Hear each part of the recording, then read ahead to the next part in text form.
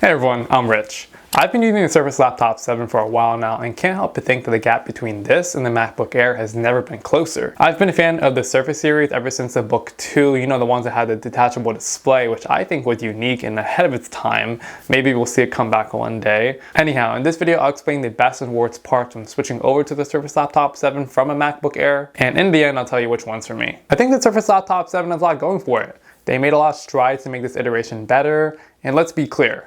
The new Surface Laptop isn't just a refresh, it's Microsoft's first clamshell laptop that looks pretty similar to the wedge-shaped design of an M1 MacBook Air, but with Qualcomm Snapdragon chip inside, and it represents Microsoft's most serious attempt yet at a transition to Windows operating system on ARM architecture. The question now is, can they make a laptop that balances both processing power and battery life efficiency that's capable of taking a bite at the Big Apple? I'm talking about you, MacBook. So first, I think the user experience of a laptop primarily depends on the operating system. So going back to Windows, I had some expectations. Setting this up for the first time, I didn't notice any bloatware. You know, there's no pre-installed antivirus softwares like McAfee that's coming from laptop manufacturers like Dell, Samsung, or HP, which I really appreciate. Furthermore, signing in with facial recognition via Windows Hello felt a little bit more convenient and elegant, rather than always having to tap the power button on the Mac. When it comes to window management, Microsoft makes it easier to arrange windows on the screen the way you want it to, and not the way the OS wants it. You can snap it to any side of the screen by dragging the top bar, and it will automatically resize it. With Mac, you gotta do this little dance by selecting it and clicking on the options for it to resize, and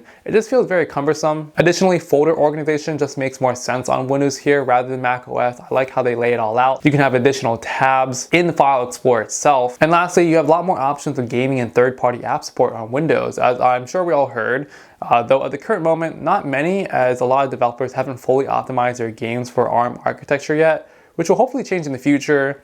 If you're interested, I also made a dedicated video on gaming with the Surface Laptop 7 in the previous video, so you can go check that one after this one. But yes, those are the key differences I found when going from Mac back to Windows. And on to the design. First impressions, the SL7, you know, we'll just call it that for now, looks and feels way better. The design is very sleek and sharp, maybe a little too sharp. Be careful when you open the display, because I pinched my palm underneath the screen hinge a few times, and that was not fun. That was the first time any laptop almost took a piece of my skin off. I really appreciate the wedge-shaped design on here too. Not only does it look more angular, but also gives a slight curve to the keyboard experience and is unique. The platinum finish feels very soft and easy to touch. It hardly attracts any fingerprints oil, which I love as well. For the ports, you have a headphone jack, USB 3.1, and two USB-C Type 4 ports, which can also be used for charging. You then have Surface's own proprietary Connect port, and on the 15-inch version, which I have here, a micro SD card slot, which is great for people like me who are creatives or work professionals. It wouldn't hurt for a Mac to throw in some of these ports. I do like the selection they have here on the SL7. The laptop is pretty lightweight, coming in at 3.67 pounds, and the form factor is great.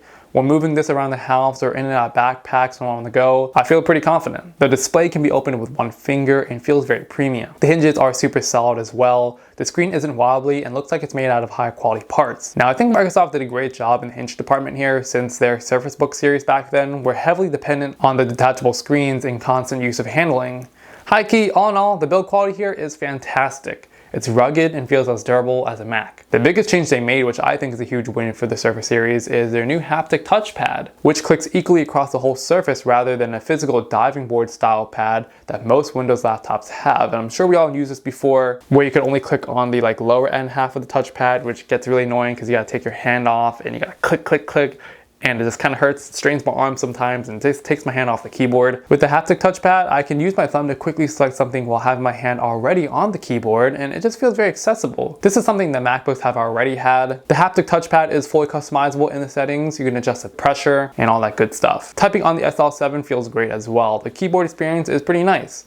The travel distance was deep, the keys are evenly spaced, and makes sense.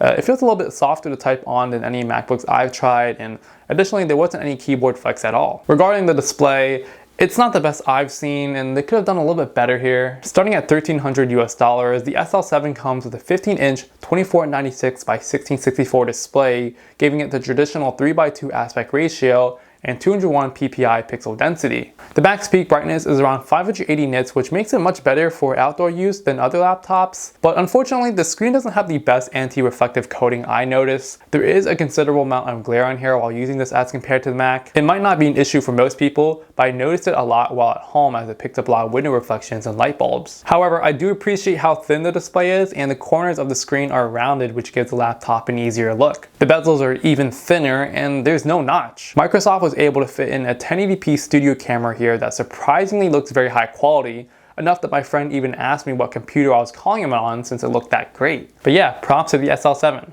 A notchless screen is a good screen. I also forgot to mention that the display is running at a smooth 120Hz refresh rate with HDR and touchscreen capabilities. Now this comes in clutch anytime I want to scroll down pages or click on something with my finger on the screen. Over time, I learned to enjoy touchscreen laptops. It just feels very accessible to me, and it's something that would be a nice addition if I had it on Mac. Next is performance. Now the SL7 comes with the Snapdragon X Elite chip, or more specifically the 12-core X1 E80-100 CPU, which is next to the highest performing chip out of the 4 Snapdragon variants. Through synthetic benchmarks, the X Elite scores right around something like the M3 Air and Intel's Ultra 9 185 CPU, and beats some of them in native tests. For normal operation though, navigating across the UI and opening and closing applications felt instantaneous. I was pretty amazed at how fast and quick the computer felt. Editing 4K video clips on DaVinci Resolve 19 felt exceptionally smooth.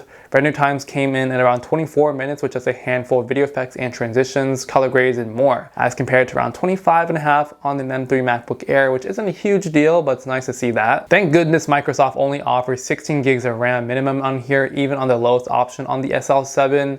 Unlike the base model MacBooks that still sells with 8 gigs minimum. I will say though that Apple did a surprisingly good job at efficiency with only 8 gigs still. The M1 MacBook Air from 2020 still seems to be doing just fine when it comes to normal operation and playing a few games on it, so I believe Apple still wins from an efficiency standpoint here. There is a fan on the SL7. I did find it much quieter than previous Windows laptops I reviewed yet.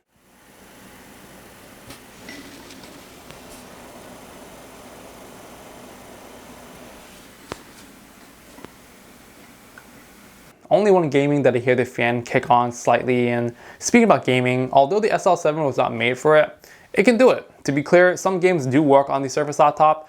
Briefly, I ran some native games that had ARM support here, which was Overwatch 2, and that ran smoothly with an average of 32 frames per second on max resolution in medium settings. Baldur's Gate 3 ran on low settings an average of 26 frames, and overall there wasn't that much hiccups or crashes. The keyboard did feel a little hot to the touch after half an hour around the WASD keys, and the laptop was hitting around 110 degrees Fahrenheit. As I said, please watch my other dedicated video on the SL7 if you want to see more about that. And for the battery, now Qualcomm is essentially competing with everyone here. It needs to beat Intel in the PC space while showing it can do what Apple is doing in the Mac space. The Surface Laptop 7 does seem to deliver on battery life, but sadly not so much when the power mode is set to best performance. This managed to stay awake for approximately 11 hours while watching 4K YouTube video playback with 100% brightness and best performance mode on, which isn't all too bad. It's just not on the level that I was hoping for with Windows on ARM. Once I changed the power settings to recommended, I was able to get closer to around 14 hours of video playback until it died. Now, I'm not too quite sure how Microsoft managed to get 20 hours as described on their website. I'm not sure what type of tests they're running here, but that's a pretty heavy statement. For what it's worth, the battery life here is decent, but I do personally feel like the MacBook lives a little bit longer. The last thing I do want to talk about is Microsoft Copilot. I think the hype around this is a little bit too much at the moment.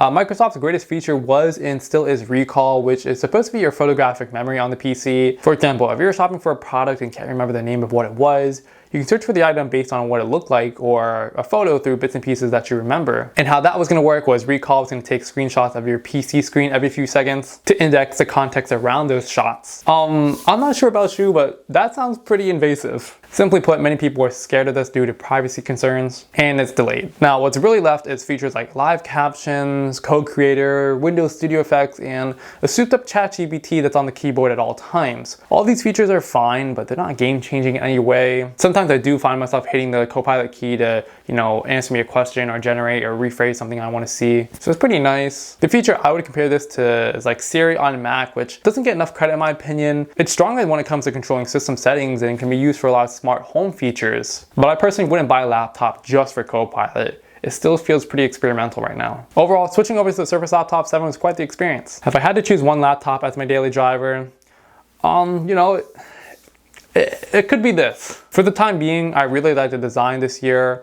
I like the feel, I like the build quality, the display is great other than maybe the glare, and I'm here to enjoy the wave of Windows on ARM. I'm certain we'll see more apps get support shortly. DaVinci Resolve editing software has already released an option to download an ARM variant, which is nice. To me, the MacBook feels more safe and familiar in terms of operating system and build, while the Surface Laptop 7 feels more risky as it's packing a little bit more features and things I didn't expect. Anyways, tell me what you guys think down in the comments below. Are you getting Surface Laptop 7? Are you a Mac user? How's Windows on ARMs treating you? Are you using any of these Copilot features? Yada, yada, yada. I want to see what you like. Anyhow, that's all I got for today's video, and this is Rich Me. I'll see ya soon.